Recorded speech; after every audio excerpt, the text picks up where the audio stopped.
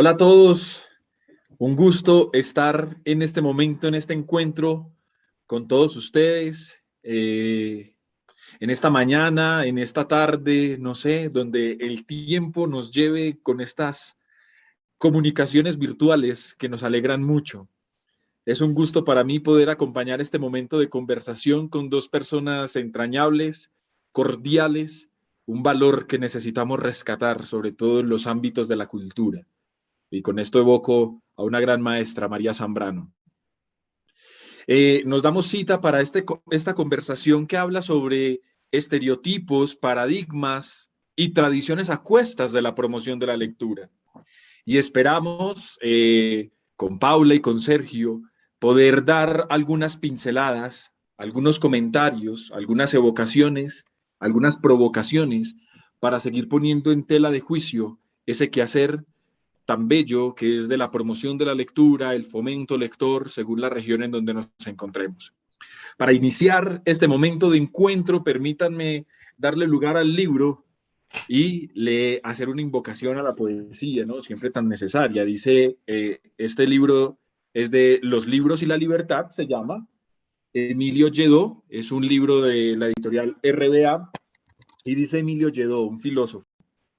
El libro aparece así, como un territorio real, como un país de las maravillas que las palabras, el diálogo entre el maestro y los alumnos ilumina, el universo imaginario que se despierta en el fluir de esas páginas, en el contacto físico con ellas. Sabemos que nos esperan, que vuelven de nuevo a nuestras manos.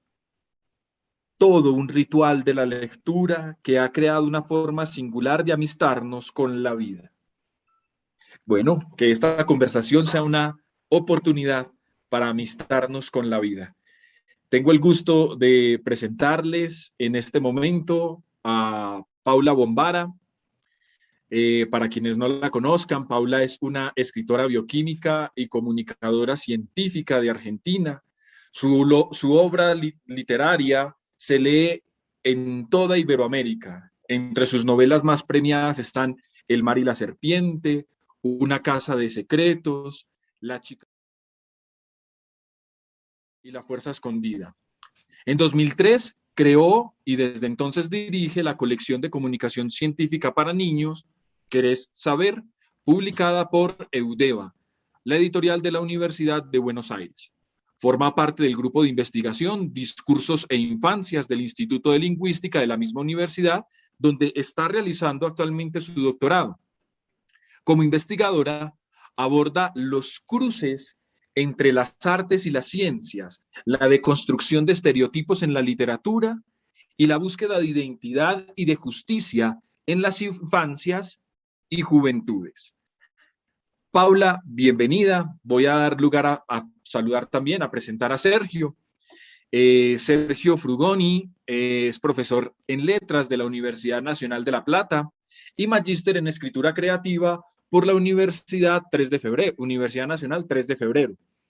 Es docente e investigador en la Universidad de San Martín y la Universidad Nacional de La Plata en el área de didáctica de la lengua y la literatura. Dicta clases en el Seminario Permanente de Didáctica de Literatura Infantil y Juvenil del Profesorado en Letras de la Universidad Nacional de La Plata. Actualmente se desempeña como director de bibliotecas y promoción de la lectura en la provincia de Buenos Aires, Argentina. Ha coordinado talleres de escritura literaria en la universidad y espacios de capacitación en contextos de encierro, formando mediadores de lectura en cárceles de Buenos Aires. Codirige proyectos de extensión universitaria en la Universidad Nacional de La Plata. Es docente del Instituto Superior de Tiempo Libre y Recreación y ha participado en proyectos socioeducativos con la literatura y el arte en el Ministerio de Educación de la Nación. Es autor de Imaginación y Escritura, La enseñanza de la escritura en la escuela, editorial El Hacedor del 2017, y numerosos artículos sobre didáctica de la lengua y la literatura. Además, ha publicado el libro de cuentos Los Efectos de la editorial Queja 2019. En este año, el libro inédito de poesía, Un límite radiante, ganó el Premio Internacional de Poesía Luis Feria de la Universidad de La Laguna en Tenerife, España, donde será publicado. Personas de gran revuelo. Y yo me presento, yo soy Juan Camilo Tobón, antioqueño, vivo en Bogotá, trabajo para Plaza y Janese Editores Colombia. Y bueno, es un gusto poder estar aquí conversando con ustedes y viéndonos para poder hablar. Bien, para ir entrando ya un poco en el asunto de esta conversación que nos reunirá por lo largo de una hora cerca, quisiéramos comenzar conversando sobre un concepto bien interesante que para iluminarlo, traigo otro libro. Este se llama Leer contra la nada, de Antonio Basanta, editorial Ciruela. Antonio Basanta comienza una de sus páginas así. La primera biblioteca que conocí en mi vida fue mi madre.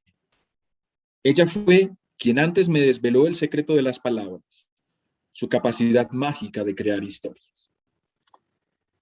Con esta provocación que nos da Antonio Basanta, muy bella, la primera biblioteca fue mi madre, comencemos con un concepto que a veces cargamos en la promoción de la lectura, y es el de primeros lectores, un concepto que Paula ha abordado con mucho ahínco, que Sergio mira atentamente, y bueno, conversemos un poco sobre eso. Paula, ¿cómo nos vamos a ir entendiendo un poco con este concepto de primeros lectores frente a la promoción de la lectura? Y sobre todo porque parece ser que a nivel de la región, del continente, comienzan a alinearse algunas políticas hacia el fomento de la lectura en esos primeros lectores. ¿Pero qué son? Exactamente, bueno, antes que nada, muchas gracias a todos por la invitación, estar acá compartiendo este espacio es un placer enorme. Yo vengo revisando el concepto de primeros lectores a partir de investigaciones propias de la promoción de la lectura de la comunicación científica.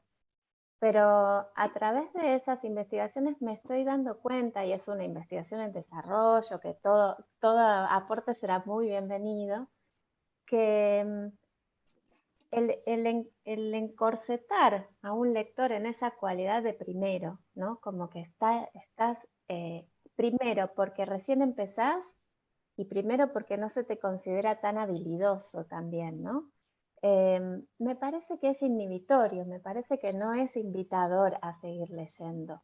Cuando a alguien más grande se le acerca un texto, un libro de literatura o de comunicación de las ciencias, que dice para primeros lectores, siente como que no es para él, ¿no? Y eso creo que no está bueno. Me parece que ahí hay que revisar las categorías. Son muy útiles para la bibliotecología, son muy útiles para orientar las políticas públicas, pero me parece que todos somos primeros lectores siempre, de algo. O sea, uno puede ser experto aparte, ¿no? Que es ser lector experto, eso es otra. Pero suponete que alguien se puede considerar experto en lecturas que abordan su temática de estudio, ¿no? Pongamos, tiene un objeto de estudio X y se considera experto en la lectura de esas temáticas. ¿Acaso no sería primer lector, no importa la edad que tenga, en algo que le es completamente ajeno? Yo hace poco sentí eso y ahí es donde empecé también a reflexionar sobre estas etiquetas tan peligrosas en un punto porque nos apartan de textos muy valiosos que podrían modificar nuestra manera de interrogarnos, podrían ampliar nuestros campos de intereses, cuando di este salto de las ciencias naturales a las ciencias sociales, ¿no? Yo ahí me encontré ante un modo de leer, ante un modo de interpretar, en el cual me sentí una primera lectora, absolutamente, y no por la cuestión mecánica e incluso por la capacidad de comprensión. Había algo más detrás, había una manera de mirar que yo sentía que tenía muy enfocada el modo de mirar de las ciencias naturales, al modo de interpretar el lenguaje, un abordaje, una forma, que cuando quise transponer a otro campo, no era posible. Realmente había que abrirse a ser primera lectora, a empezar desde el principio, sea cual fuere para cada quien ese principio, pero sobre todo de sacarse los corsets, ¿no? Como de sentirse cómoda en la situación de ser primera lectora, primer lector. Entonces, a pesar de que las definiciones de primer lector, que es tradicionales, ubican ese primer lector en los primeros años de aprendizaje, me parece que hay que empezar a esa frase primer lector, agregarle una segunda parte que sea tenga la edad que tenga, e incluir allí a todos quienes queremos empezar a leer de manera nueva. Y esto en la promoción de la lectura creo que puede animarnos a transitar caminos que antes no nos animábamos, como por ejemplo dar a leer textos de los cuales no sabemos nada, empezando por darnos el gusto de leerlos nosotros, ¿no? Que eso sí es algo que en la comunicación de la ciencia venimos trabajando hace muchos años, y que me parece que se puede hacer extensivo a toda la literatura también.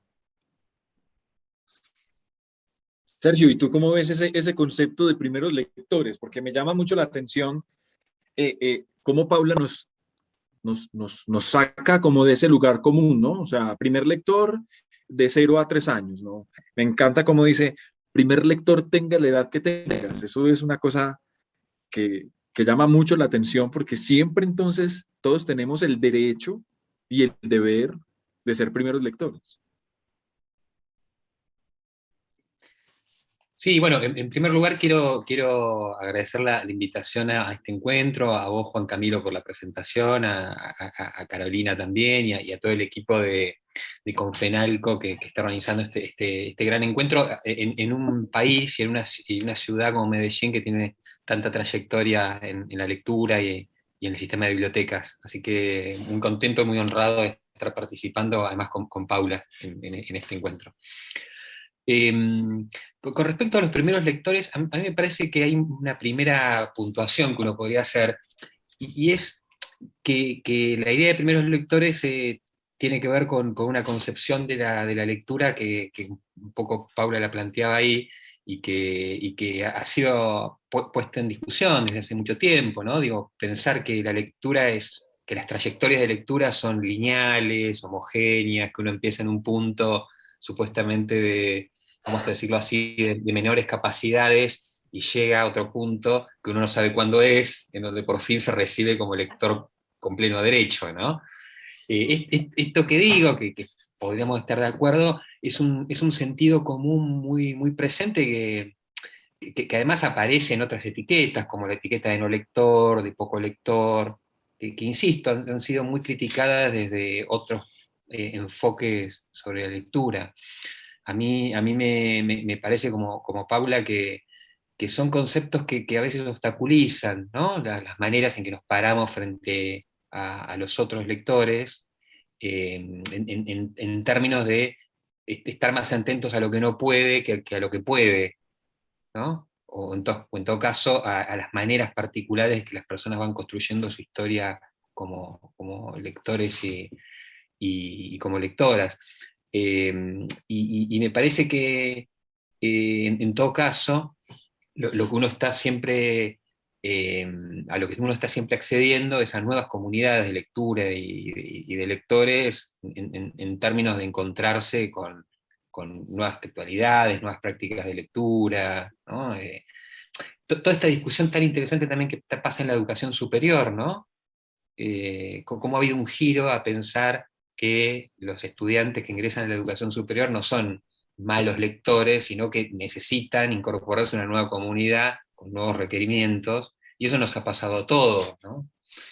Y en términos generales, si uno piensa en la relación con la literatura, ya digo específicamente, a mí me parece que en todo caso siempre todos somos primeros lectores frente a la lectura, frente a la literatura, porque la literatura nos pone en un lugar siempre de inquietud, de incertidumbre. eh, y a mí me gusta mucho una idea de una amiga y colega, Cecilia Bayur, ¿no? que ella plantea el encuentro de la lectura con otros y con otras en términos de compartir esa incertidumbre que se abre frente a un texto literario, ¿no? En donde siempre hay un saber que no alcanza, ¿no? Sí, y eso es bello porque también desde una perspectiva poética, eh, hay un poeta antioqueño que yo personalmente siento un gran aprecio por él, un poeta colombiano que se llamaba José Manuel Arango, y él tiene un verso que a mí me taladra mucho y dice: día a día has de hacer tu camino de lento viajero, donde la radical extrañeza de todo te hiere. Y yo creo que esa es una magnífica definición de un lector. Alguien con una radical extrañeza de todo, ¿no? A veces inclusive, no sé si a veces pasa, no, o bueno, no sé si soy el único que le pasa, que a veces uno se queda pensando, pero ¿por qué este punto seguido? ¿Cierto? Y en ese verso que vos decías, a mí me parece muy importante esto de que el camino no es, que lo importante no es ir caminando pretendiendo llegar hacia un lugar, sino que el camino es el lugar. En el Claro. camino es donde sucede todo. Otro poeta colombiano, Gonzalo Arango, decía mucho, evocando a un filósofo colombiano, Fernando González: la meta es el camino. La meta misma es el camino. Eso es muy nietzscheano, muy como quieran mirarlo. Pero me llama mucho la atención porque a la hora de hablarlo desde la promoción de la lectura, creo que el promotor de lectura es el primerísimo lector, ¿cierto? Sí, y si me permitís, Sergio, agregar esto que dice Cecilia Bayur, que es tan valioso, ¿no? Y poner la lectura como conversación, retomando también a Said, ¿no? Donde eh, en la promoción de la lectura, si no está esa conversación, si no está ese permitirse leer y disfrutar de la manera que uno desea que disfruten y lean también aquellos con quienes vos vas a conversar, ¿no? Si no está ahí, en ese deseo, ¿dónde está la lectura, no? Y Hay esto nos... una experiencia que a mí siempre me interesó mucho de una promotora de lectura, Sarah Hirschman, que no sé si es conocida en Colombia, pero ella ha desarrollado proyectos en Argentina también y con comunidades latinoamericanas en Estados Unidos. Y ella trabaja con un modelo que tiene que ver con la conversación, ¿no? Tiene un libro muy lindo que publicó Fondo de Cultura que se llama ¿A quién pertenece la literatura? Miren qué gran título, ¿no? ¿A quién pertenece la literatura? Y ella en su modelo, ¿no? Insisto que tiene que ver con la coordinación de grupos y coordinación de rondas de lectura, y desde una perspectiva de la conversación, ¿no? Ella planteaba como siempre tres momentos para un mediador, ¿no? De lectura, y el primer momento siempre era una lectura intensiva y personal del mediador frente al texto, antes de la lectura que podemos llamar propiamente teórica, ¿no? O para ver qué elementos más que tengan que ver con los conceptos que uno puede manejar para el análisis de un texto, ¿no? Pero hay una primera lectura que es una lectura de primer lector, podríamos decir, ¿no? Claro, ¿Qué me sorprende a mí de ese texto? ¿No? Y que es el punto de partida para un mediador. Me parece que es una idea interesante. claro, poner en juego lo emocional, ¿no? Mm. Es también un Exponerse de algún modo. Es un exacto ponerse y algo que detona necesariamente la experiencia. Quiero aprovechar para hacer aquí un paréntesis a las personas que nos están acompañando en esta conversación. Los invitamos para que dejen sus preguntas en el chat, las cuales nos van a remitir para dejarlas como al final de esta conversación, preguntas que quieran dirigir a Paula, a Sergio, a los dos o a los tres, como quieran. Y vayamos haciendo al final como este ejercicio de conversación que es tan interesante. Para ir haciendo un cambio de tercio, y me perdonan por favor la expresión que viene de la tauromaquia, pero es muy bonita, cambio de tercio, cambiar de lugar.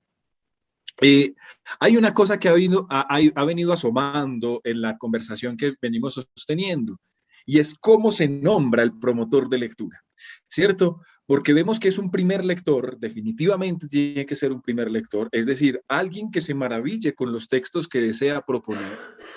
El momento en que sea un lector experto, la cosa comienza a complicarse, aunque debe siempre apuntar hacia allá.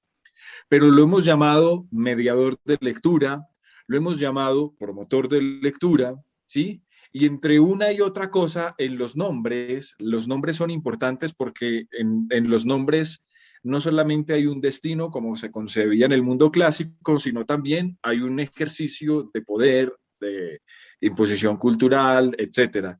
Y encontramos que ahí en la promoción de la lectura estas dinámicas de poder, ¿no? La cuestión de llamarnos promotores de lectura en áreas de una profesionalización, la cuestión de llamarnos mediadores de lectura en aras de bajarle un poco ese estándar de profesional, experto, y ponerlo un poco más en un plano de lo cotidiano. Sin embargo, también aparece aquí un concepto que se me viene a la mente, que es el que enseña la lectura, ¿cierto? ¿Qué tensiones puede haber entre estas dinámicas, ya centrándonos no en el primer lector, sino en la figura, en el sujeto que da de leer, por recordar a Penac? ¿Cómo ven ustedes esa tensión? Porque de verdad, al menos en Bogotá, esto ha creado cierto revuelo, porque ya en Bogotá la palabra promotor de lectura parece estar un poco, no sé, marcada, estigmatizada, bueno, no sé si es la palabra más correcta, y hoy en día se menciona mediador. Entonces mediador de lectura es alguien que cualquiera, es alguien que cualquiera. Y conozco mediadores de lectura que sin haber accedido a altos niveles de educación, hacen unas cosas maravillosas, hacen unas cosas maravillosas, porque tienen un gran nivel de sensibilización. Entonces, ¿cómo vemos esta relación? Siempre es como, a mí me parece muy interesante como poner en discusión y desnaturalizar las maneras en que nombramos la tarea, ¿no? La tarea que uno hace. Eh, Porque a veces usa unos nombres y en esos nombres cargan una historia, ¿no? Y me parece que siempre es interesante abrirla como estás proponiendo vos. En el caso de la mediación o la figura del mediador, uno puede puntualizar claramente que es un concepto mucho más reciente, digamos de los 2000 para acá, y tiene que ver, en primer lugar, con el efecto de la lectura de Michel Petit en Latinoamérica, ¿no? Michel Petit empieza a circular por Latinoamérica a principios de los 2000, se publica en Fondo de Cultura, da innumerables charlas desde Buenos Aires hasta México, y ella trae con el mediador una idea interesante que es poner de nuevo en el centro al sujeto lector, ¿no? Y me parece que fue como un gran aporte, ¿no? Y al mediador, justamente como el que está entre el texto y el lector, para favorecer, acompañar, y en el contexto de las bibliotecas, ¿no? Entonces ahí hay un primer punto que es interesante de ver, ¿no? De dónde viene el concepto. Que claro, entra en diálogo con lo que llamamos promoción, que es un concepto más antiguo y que tiene que ver con políticas de lectura también, ¿no? Y que a mí tengo que confesar que a veces el concepto de la promoción y el promotor me resulta un poco incómodo, porque pareciera que el promotor va a promover algo que no existe en ese lugar donde va a promover. ¿No? Como que, ¿no? Se promueve algo que aparentemente necesita ser promovido, que es la lectura, y me parece que eso, no digo que siempre pase, pero eso me parece que oscurece esto que decíamos hace un rato, que los lectores existen, digamos, y leen, ¿no? Y se posicionan frente a los textos, más allá de lo que uno promueva o no promueva, ¿no? Entonces, en todo caso, me parece que uno lo que va a hacer es encontrarse con esos lectores, más que promover algo que no existe. Eh, y en relación con esto, una cosita más, para no extenderme, me parece que hay que también replantear esta oposición tan tajante que muchas veces se construye entre la promoción-mediación por un lado y la enseñanza por otro, que repite a veces el esquema educación formal-no formal, y sabemos que esa oposición, esa dicotomía es falsa, ¿no? Digamos, entre lo formal y lo no formal, entre la promoción y la enseñanza, porque la escuela también promueve la lectura en términos de favorecer los encuentros, y uno puede extender esta pregunta hacia las experiencias de promoción, mediación, para pensar qué se enseña ahí, ¿no? Yo creo que es una gran pregunta para la promoción. ¿Qué estoy enseñando cuando realizo una actividad de mediación o de promoción? ¿No? Digo, no tenerle miedo a la palabra enseñanza, que pareciera que es patrimonio solo de la escuela. Sí, y además que la palabra enseñanza también en muchos escenarios viene como con una marca semántica de negatividad, ¿no? De imposición, de transgresión de la libertad, ¿cierto? Qué interesante porque sí, cuántas enseñanzas no salen de un espacio libre y autónomo como una biblioteca pública, como un parque, por ejemplo, para esos escenarios en Colombia que tenemos los paraderos para libros, para parques, en varios lugares, o de simplemente en la costa Caribe, ver que viene un burro lleno de libros. Eso es una cosa maravillosa. ¿Cuántas enseñanzas quedan ahí, no? Qué interesante como sacar esa palabra de ahí.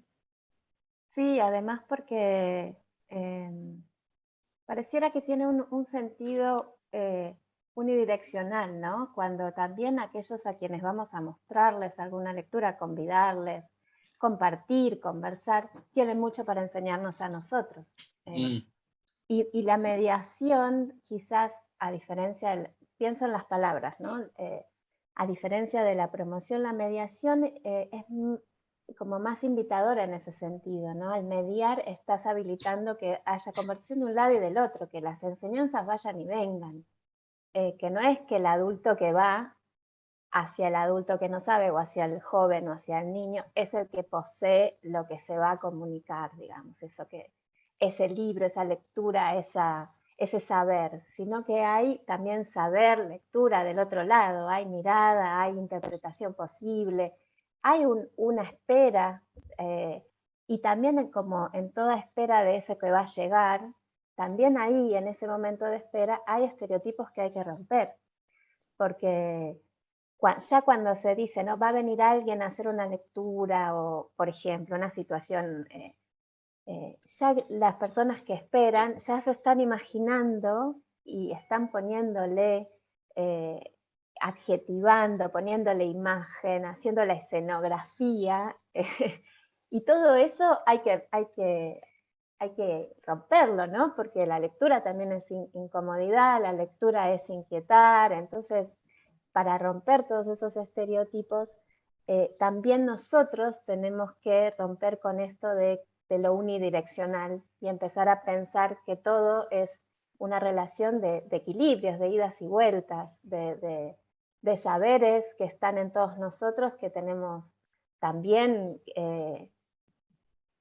también tenemos que tener ganas de recibirlos, no solo ir con esa intención de dar, sino también de respetar, mirar, recibir, sin intentar imponer, modificar, ¿no? Claro, A mí y aquí sucede. Sí, Sergio, dale. No, perdón Juan Camilo, porque me voy a contar una pequeña anécdota o escena de lectura que me pasó hace unos años que a mí siempre me quedó resonando un poco esto que dice Paula, ¿no? Cómo aparecen los otros lectores en la escena de lectura, más allá de lo que uno lleva o quiere o pretende o quiere transmitir, ¿no? Estaba trabajando en una cárcel de la provincia de Buenos Aires y estábamos leyendo un libro hermoso que es El árbol rojo de Tan, ¿sí? Que es un libro álbum, y eran todos personas muy jóvenes, ¿no? Privadas de su libertad, pero rondaban los primeros 20 y picos, y después de leer El árbol rojo, uno de los chicos, de los jóvenes, ¿no? Que todos se habían presentado como no lectores y que muchos estaban terminando la primaria y que tenían como una imagen de ellos mismos como muy deficitaria, ¿no? Se paró, tengo la escena, tengo la imagen en mi cabeza, ¿no? Se paró y empezó a hacer una lectura del árbol rojo muy en clave de ángeles, demonios, Dios, ¿no? En clave de una lectura religiosa, ¿no? Pero con un tono y con una manera de decirlo que recordaba al de un predicador, ¿no? Y después me enteré, yo, él pertenecía a un pabellón donde participaba del culto, y las mañanas leía la Biblia, y él tenía una manera de comentar que tenía que ver con su lectura de la Biblia, ¿no? Entonces a mí esa escena siempre me llenó como de preguntas, porque ahí había un lector, ¿no? Un lector de la Biblia, clave, ¿no? Que apareció un taller literario que por supuesto, no tenía nada que ver ni con la religión ni con la Biblia, pero apareció ahí y apareció frente a mí como algo que luego trajo personas del lector particular de la historia, pero que a mí me generó mucha incomodidad rojo de ninguna manera, ¿no? Yo lo leía de otra forma. Yo creo que de esos diálogos, inclusive conflictivos e incómodos, están hechas las escenas de lectura, ¿no? Y hay que pensarlas en su complejidad. Sergio, creo que te perdimos un momento, o no sé si fue mi conexión. No sé, ahora me están escuchando ahora. Sí, sí, sí, llegó como con ciertos cortecitos, pero creo que lo que dijiste al final Sí. es lo que interpela, ¿no? A mí me ha pasado también a la hora de conversar sobre la comunicación pública de las ciencias, que es algo eh, es un poco como la lectura de poesía, ¿no? Que a veces resultan como marginales. Es como al ser más difícil llegar a esos lectores o poder transmitir aquello que sentimos a quienes nos encantan las ciencias o a quienes nos encanta la poesía, digamos. Eh, Ese apelar a las memorias y ver qué pasó, que hay como ese freno a la hora de recibir este tipo de lecturas. Y ahí aparecen experiencias negativas en general, o, o personas que te dicen que no leen eso porque no lo entienden, ¿no? Como que hay una cosa así que eso también proviene de bueno, de lo malo que hay en esto de muchas veces promover queriendo que sea leído de un modo. A eso voy. Vos lees de Claro. un modo distinto y entonces como ya no te miran con buena cara porque vos leíste distinto, te inhibe. Entonces, qué importante prepararnos para lo que sea, como vos decías, como, bueno, ahí hubo una lectura que a vos te dejó pensando años, ¿no? Y qué importante eso también. Yo me Claro, acuerdo de una maestra, me acuerdo hablando de las resistencias a incorporar la ciencia como algo cotidiano en las escuelas, ¿no? Que no quede sujeto a la hora de ciencias naturales o ciencias sociales. Y una maestra contó que ella en su experiencia escolar le había tocado en el clásico experimento de hacer crecer una legumbre, le había tocado que su frasco estuviera abajo de la cama. Entonces, a ella nunca le había crecido nada, ¿no? Porque a ella le había tocado ser el control negativo. Y claro, ¿en qué lugar quedó ahí la ciencia, el placer por la ciencia? Quedó en un lugar de control negativo. y Hay que desandar todo eso, ¿no? me parece muy interesante ya, Paula, lo que vas colocando aquí en terreno, sobre todo desde lo que escuchamos de la experiencia de Sergio, ¿no? De cómo a veces eh, en los procesos de lectura, es que yo creo que Rodari la tenía muy clara cuando con esa imagen de la piedra en el estanque, ¿no? O sea, cómo los sentidos se disparan hacia tantas formas y tantas regiones inusitadas, ¿no? Y llama mucho la atención ese asunto que también se convierte en una tradición de la promoción de la lectura, de la mediación de la lectura, y es dejar en manos de la literatura, y con esto les pido perdón a los literatos, porque yo vengo también de ahí, de esa formación, pero dejar en solo manos de la literatura todo este asunto del asombro, que es el que permite ser un primer lector, el que permite movernos dentro de todos estos paradigmas de enseñanza, de tradición educativa, en el cual se incluye la lectura, ¿no? Lea para que sea bueno, lea para que sepa mucho, lea para que hable bonito, lea para que... o venga usted que lee mucho y manéjeme esta biblioteca, ¿sí? ¿Qué pasa en un Macondo por ahí extraño, ¿sí? Pero qué interesante es esto que nos estás proponiendo ya acá, porque resulta que ahí la figura del mediador se convierte en un personaje maravilloso de la escena, por utilizar una imagen del teatro, ¿no? Subiendo y bajando el telón. Pero ay del teatro que no tenga quien suba y baje el telón, ¿no es cierto?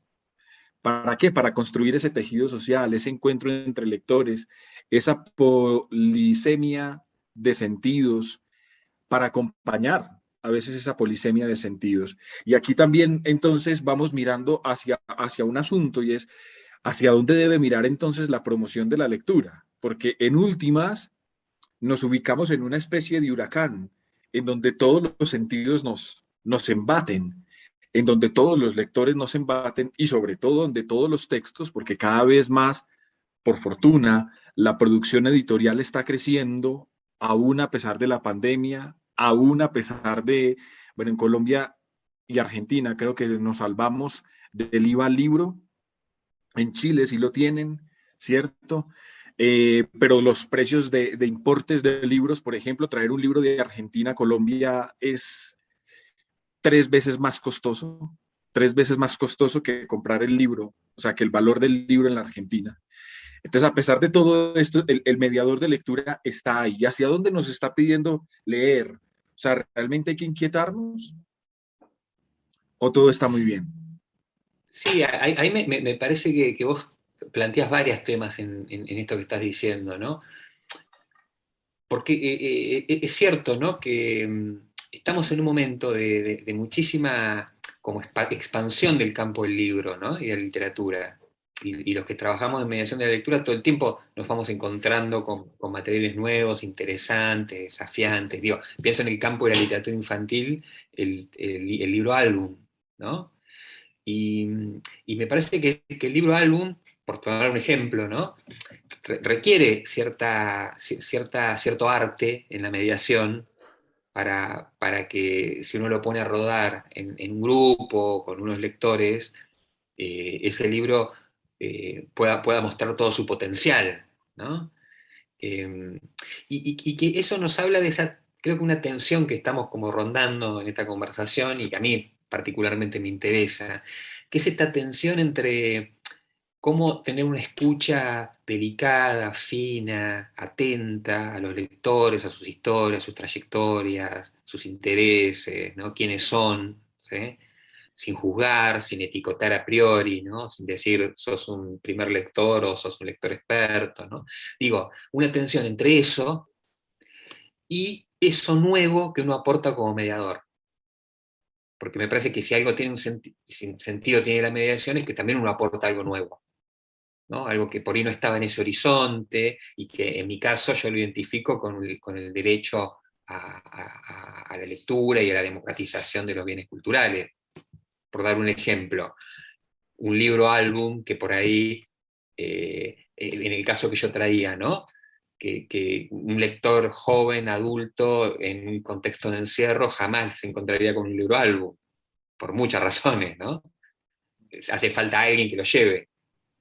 Pero cómo presento eso nuevo en diálogo con esos lectores y con sus historias, para mí es uno de los grandes desafíos de la mediación, ¿no? Claro, en esa imagen que vos trajiste, Juan Camilo, de alguien que suba y que baje el telón, ¿no? Las preguntas serían, bueno, ¿cómo subís el telón? ¿Lo subís despacio, de manera continua? ¿Lo interrumpís? ¿Haces silencios? ¿Cómo dispones el cuerpo? Y después, una vez que está arriba el telón, ¿qué haces vos con tu cuerpo? ¿Te sentás al lado de los lectores? ¿Te quedás paradita ahí esperando que llegue el momento de bajar el telón? ¿Adoptas una postura corporal rígida? ¿Te ablandás? ¿Te permitís que se te quiebre la voz? ¿Qué haces? Creo que ahí es donde entra la particularidad de cada ser humano, pero ahí es donde tiene que estar la pregunta y esta escucha dedicada de la que hablaba Sergio, que es una escucha a qué te pasa a vos frente a ese grupo y cómo hacer para que la imagen previa que tiene ese grupo antes que vos llegaras se desarme frente a tu presencia ahí. Porque cuando logres desarmar ese estereotipo del promotor, mediador, es donde va a surgir la posibilidad, la oportunidad de entrar en el contacto emocional de grupo, ¿no? De hacerte un lugarcito en ese grupo. Entonces es un subir el telón, es un permanecer mientras el telón está subido y es después un bajar el telón, pero ¿de qué manera? Para que después que vos te vayas, alguien se sienta y se atreva, se sienta capacitado o tenga el envión de subir el telón. Ahí, ¿No? ahí me agarro de esta imagen que retoma Paula, de subir y bajar el telón, para hacer una reflexión. Yo estoy convencido que nos faltan muchos más relatos de experiencias de mediación, concretos, situados, ¿no? Cómo tal mediador, frente a tales lectores, en tales contextos, subió y bajó el telón, para usar la metáfora, ¿no? Porque ahí hay una artesanía del hacer que a veces es como muy invisible, ¿no? A veces estamos más acostumbrados, y tengo que confesar, yo estoy un poco cansado de eso, de los grandes eslogans de la lectura, ¿no? La lectura es tal cosa, tal otra, ¿no? Que suelen ser como las frases bonitas para las campañas de promoción de la lectura gubernamentales, y me parece que nos hace falta más relatos más encarnados, ¿no? Nosotros en la Universidad de San Martín estamos haciendo un proyecto de investigación con colegas bibliotecarios, mediadores y mediadoras que trabajan en territorio, y lo que hacemos es justamente escribir la práctica, escribir escenas de lectura potentes y también inquietantes, como la que yo conté hace un rato en la cárcel, ¿no? Escenas que nos dejan preguntas, no que nos cierran todo como un moñito y nos dicen qué maravillosos que somos, sino que generan preguntas, porque ahí está, digo, en esas preguntas sobre cómo subimos y bajamos los telones, y lo que siempre es más interesante es Sergio, pensar, porque siempre hay preguntas. Sergio, se te va cortando un poquito la comunicación, pero veníamos como en esa experiencia en narrar situado. Hay una experiencia muy bonita que yo, bueno, hay una estrategia, una metodología inclusive de investigación muy desarrollada en España y México, ¿no? Que es las autobiografías lectoras, ¿no? Que nos ayudan mucho a reconocer al lector de carne y hueso. La expresión de Miguel de Unamuno es preciosa, ¿no? El hombre de carne y hueso, decía Miguel de Unamuno, un poquito criticando a Kant. Pero eso es un ejercicio muy interesante que nos interpela y que sería valioso sobre todo en este tiempo en donde es necesario siempre, ante todo, construir redes.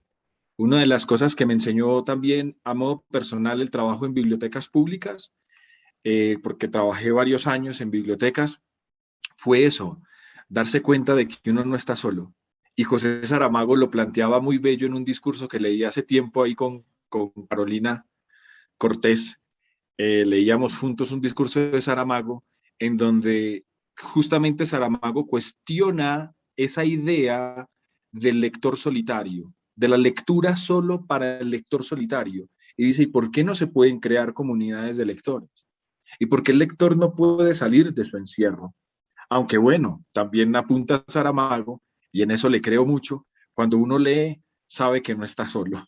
Siempre hay un montón de voces, de tradiciones, de, de capas debajo de, ¿cómo es que se llama esta cuestión en la arqueología, ¿no? Una pirámide puesta sobre otra y sobre otra y sobre otra.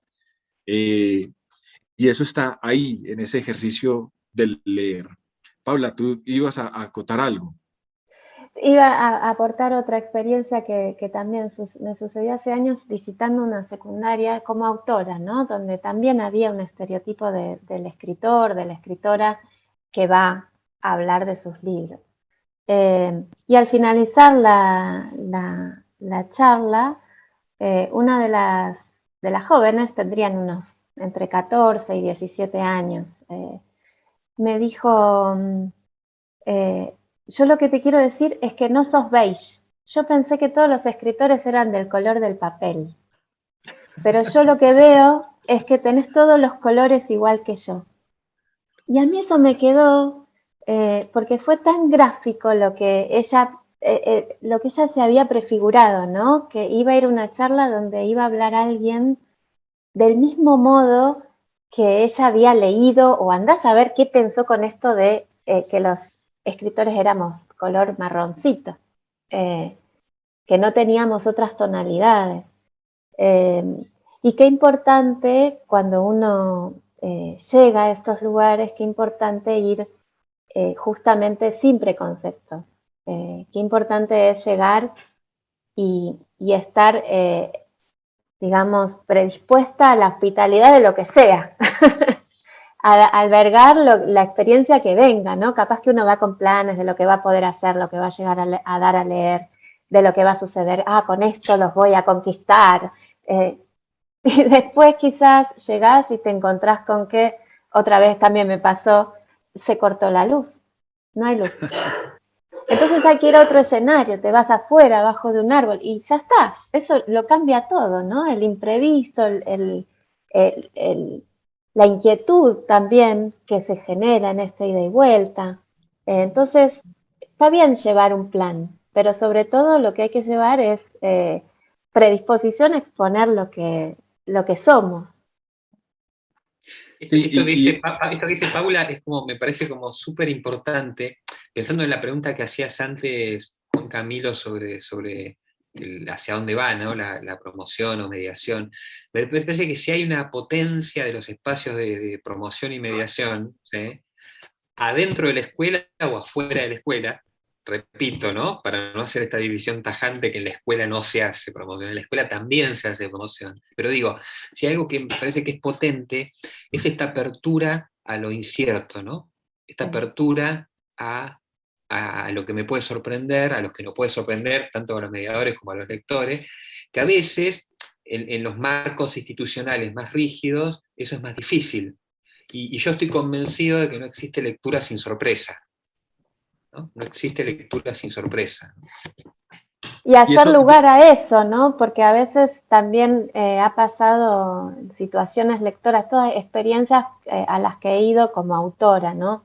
Y suceden cosas, alguien se emociona, alguien se larga a llorar, alguien cuenta algo que no le había contado a la maestra, pero me lo quería contar a mí.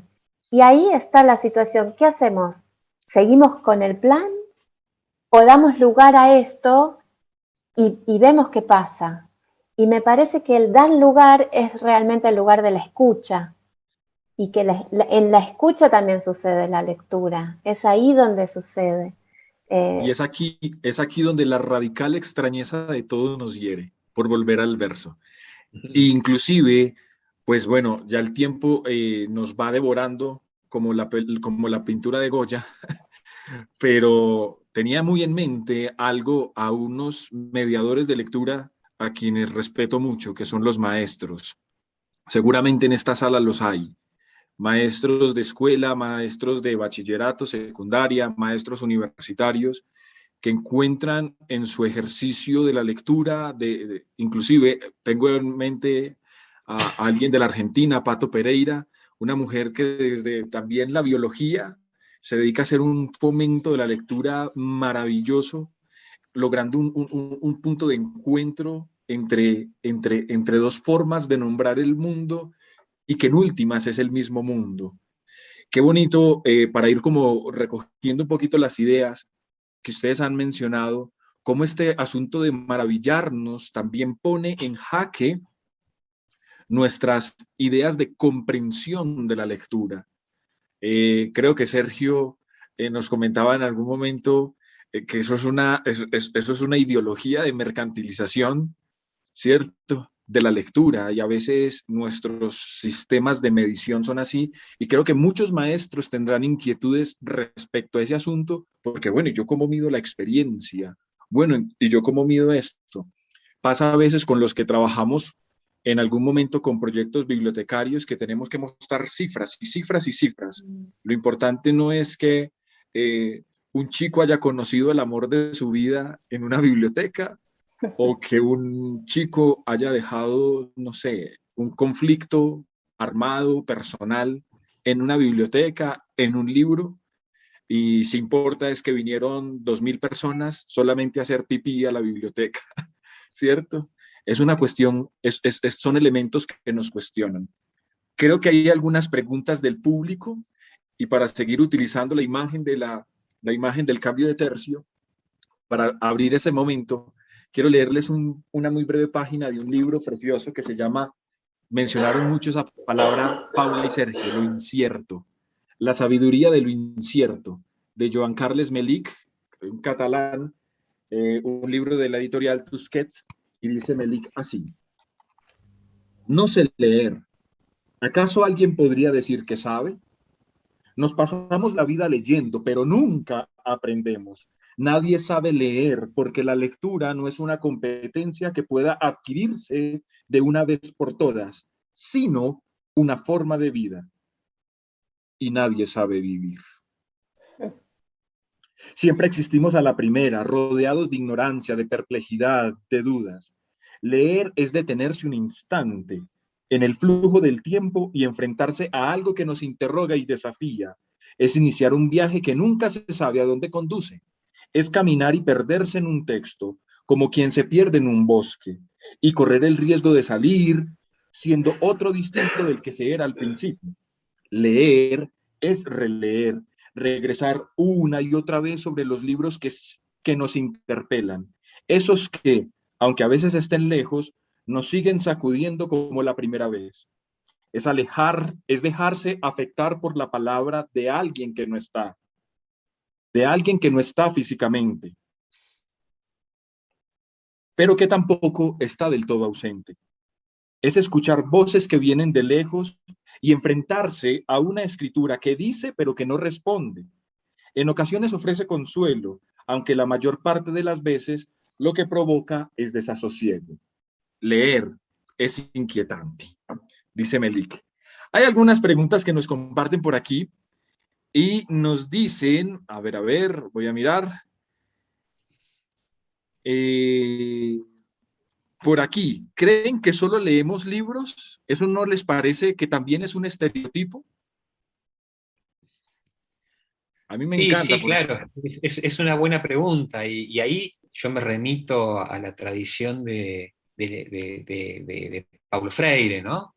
Cuando Paulo Freire, en ese texto tan hermoso que lo recomiendo, si no lo conocen, que es La importancia del acto de leer, él recuerda su propia experiencia de lectura como lector y él dice, bueno, empecé leyendo las cortezas de los árboles, creo que en Recife, ¿no? En Brasil, y esa primera lectura fue condicionante esa lectura del mundo fue condicionante de mi lectura del texto, y que a su vez la lectura del texto condiciona la lectura del mundo, ¿no? Es como un ida y vuelta que me parece que hay que volver a Freire, a ese Freire, ¿no? Para pensar esto.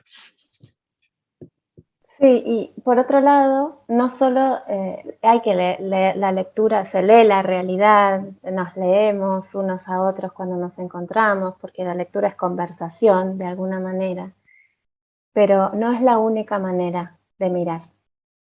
Y me parece que darle espacio a otras formas de mirada y no pensar que solo es leer, porque la vida no es solo una cosa, ¿no? Son muchas. Entonces, está bueno leer el mundo a partir de todo lo que la lectura habilita y potencia, pero también está bueno sentir el mundo sin buscar lecturas ahí, dejando que suceda el mundo.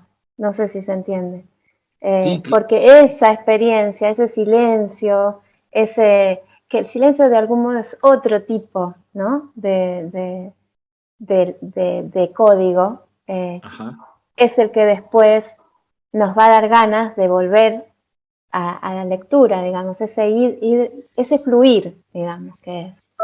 Si pensamos que la vida o la realidad es solo lo que podemos leer de la realidad, nos estamos perdiendo la posibilidad de habitar en los silencios también. Y sí, la posibilidad de sentir esas diferentes dimensiones. y a veces levantamos muros en torno a eso. Y yo lo digo porque les va a sonar a Sergio, a Paula y a muchos de los que están aquí, los que pasamos por una por unas aulas de letras, ¿cierto? Que existen los grupos de nosotros somos los que leemos literatura inglesa, nosotros somos los de literatura rusa. Qué pena, nosotros solo somos del boom, ¿cierto? Y se terminan creando unos guetos que unos y otros se miran con recelo, descartando la palabra del otro.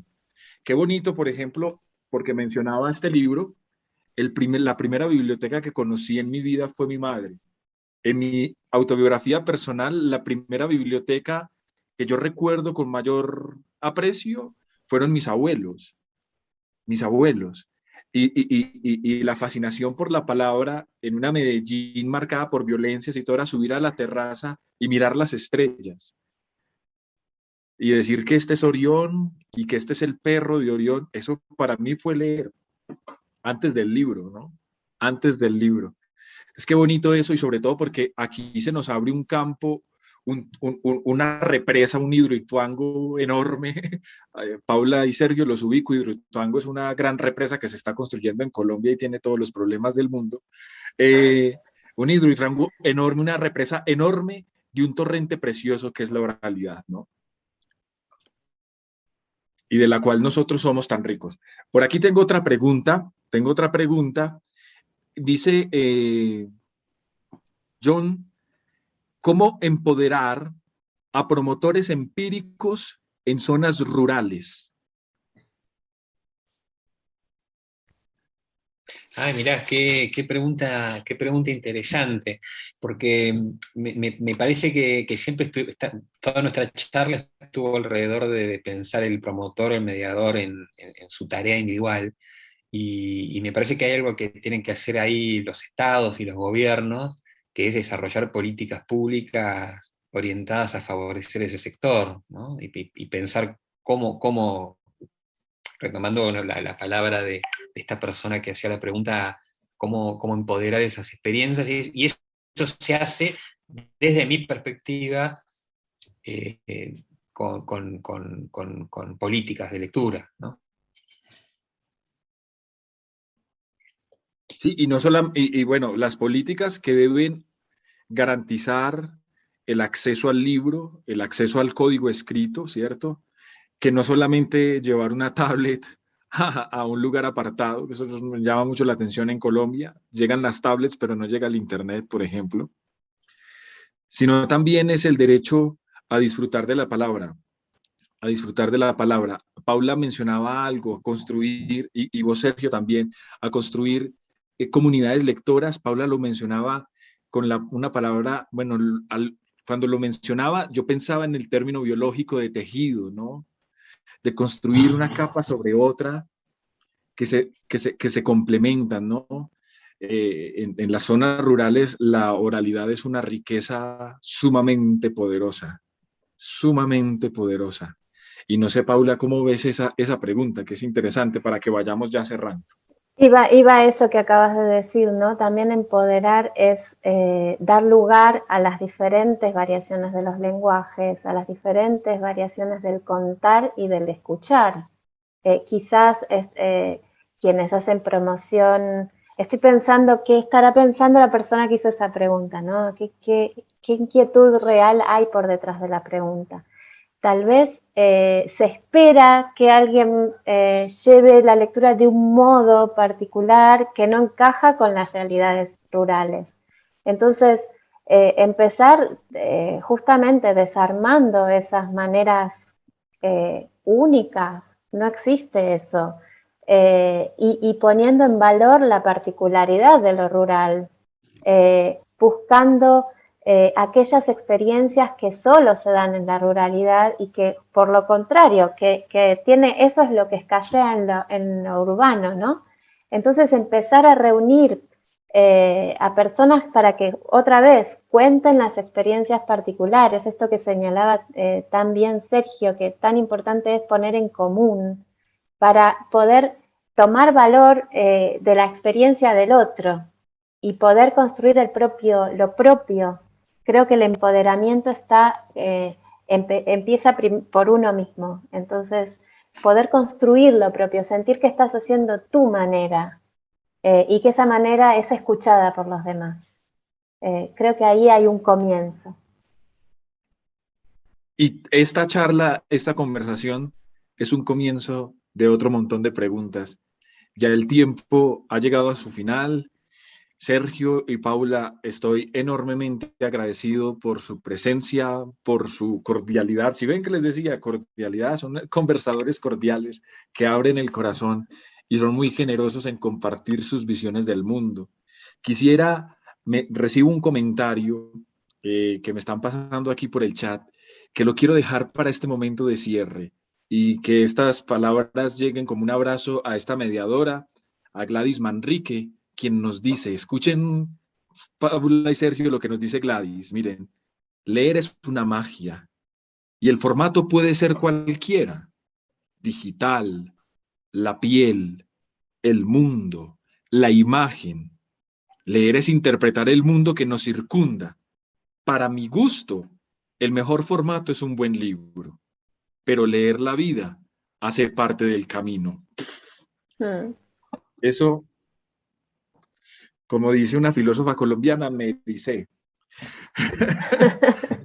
Bueno, a Paula y a Sergio ya les comento que el contexto, pero los demás lo comprenderán. A todos les quiero agradecer mucho, muchas gracias a Confenalco por abrir estos espacios, muchas gracias a todos los promotores, mediadores de lectura, maestros, editores, que también son una cara linda de la mediación de la lectura, libreros, que los adoro, por estar aquí presentes. Paula, Sergio, de nuevo gracias y a todos les deseo en Colombia un buen almuerzo, en la Argentina, no sé ya qué será, la hora del mate, no sé qué será. Una buena siesta, una buena siesta. Bueno, eso está muy bien. A todos muchas gracias y nos vemos en una próxima oportunidad. Sigan conectados a este Encuentro Nacional de Promotores de Lectura. Chao. Muchas gracias. Un abrazo. Muchas gracias, adiós.